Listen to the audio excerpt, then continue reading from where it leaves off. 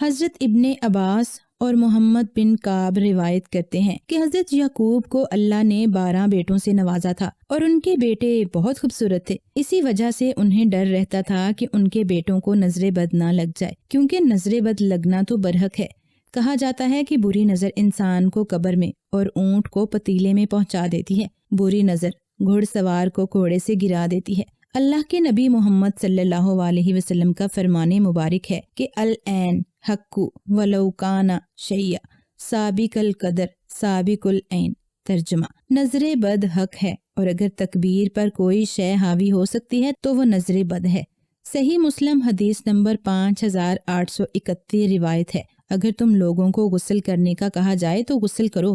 حضرت ام سلمہ سے روایت ہے کہ ایک دن نبی اکرم صلی اللہ علیہ وسلم تشریف لائے تو ان کے پاس ایک بچی تھی جس کا رنگ زرد تھا اور وہ بہت ہی کمزور اور لاغر تھی۔ تو آپ صلی اللہ علیہ وسلم نے فرمایا کہ ام سلمہ، اس پر نظر کا اثر ہے، اسے دم کرواؤ۔ نبی کریم صلی اللہ علیہ وسلم نے فرمایا کہ اس کو کسی حاسد کی نظر لگی ہوئی ہے، لیکن یہ بات بھی یاد رکھیں کہ ہر حاسد کی نظر نہیں لگتی۔ اللہ اور اس کے رسول نے حاسدین کے حسد سے بچنے کے لیے ہمیں جو طریقے بتائے ہیں، ہمیں ان پر عمل کرنا چاہیے۔ بچوں کو نظر کا اثر بہت ہی جلدی ہوتا ہے، اس لیے بچوں کے معاملے میں احتیاط سے کام لینا چاہیے۔ ایک بار آپ صلی اللہ علیہ وسلم حضرت جعفر کے بچوں کو دیکھا تو ان کی والدہ اسماء بنت امیس سے دریافت فرمایا۔ ترجمہ: کیا بات ہے کہ میں اپنے بھائی جعفر کے بچوں کو کمزور دیکھتا ہوں، کیا گھر میں کھانے کی کمی ہے یا ان کو کوئی بیماری ہے؟ اس پر اسماء بنت امیس نے عرض کی کہ اے اللہ کے رسول، میرے بچوں کو نظر بہت جلدی لگ جاتی ہے، جس وجہ سے یہ بہت ہی کمزور ہو جاتے ہیں۔ آپ فرماتی ہیں کہ یہ سن کر آپ صلی اللہ علیہ وسلم نے فرمایا کہ ان پر دم کیا کرو۔ دم سے مراد اللہ کا کلام پڑھ کر یا وہ دعائیں پڑھ کر جو احادیث سے ثابت ہوں، بچوں پر پھونک مار دینا ہے۔ نظر بد کی لگنے کی بہت سی علامات ہیں، مگر ان علامات کے بارے میں جاننے سے پہلے یہ بات پیش نظر رکھنی چاہیے کہ آج کل کچھ لوگوں کا یہ طریقہ بن گیا ہے کہ ذرا معمولی سی طبیعت خراب ہونے پر نظر لگنے یا جادو ٹونا ہونے کا وہم کرنے لگتے ہیں۔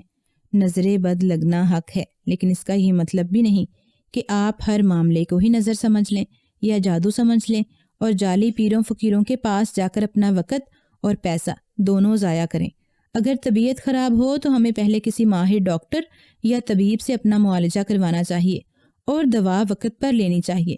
اگر دوا اثر نہ کرے یا ڈاکٹر اور حکیم کو مرض کا معلوم ہی نہ ہو کہ آخر مرض ہے کیا، تو پھر دم کی طرف آنا چاہیے۔ معمولی نزلہ زکام پر پریشان ہو کر پیر فقیروں کے پاس بھاگنا اور جادو ٹونے کا گمان کرنے لگ جانا بھی درست نہیں۔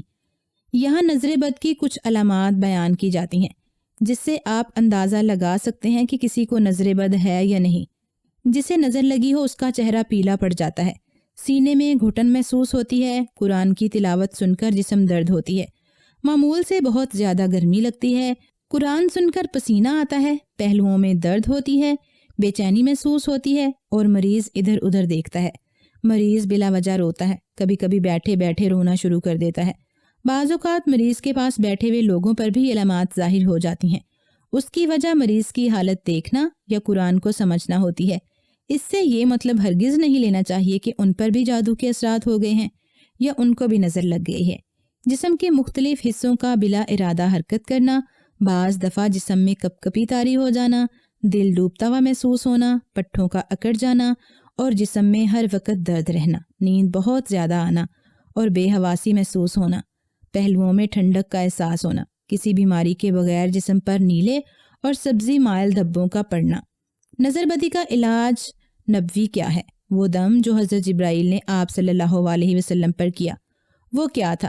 آج ہم اس بارے میں بتاتے ہیں۔ حضرت ابو سعید خضری فرماتے ہیں کہ ایک دن جبرائیل امین آپ صلی اللہ علیہ وسلم کے پاس تشریف لائے اور دریافت کیا کہ اے اللہ کے رسول، کیا آپ بیمار ہیں؟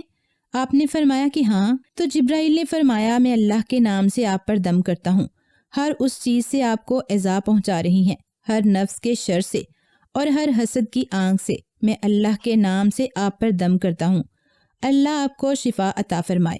پیارے ساتھیوں، اس آیت کو مریض پر کامل یقین کے ساتھ اگر 3 دفعہ پڑھ کر دم کر دیا جائے تو انشاءاللہ اللہ کے حکم سے ہر قسم کے جادو اور نظر بد سے نجات مل جائے گی۔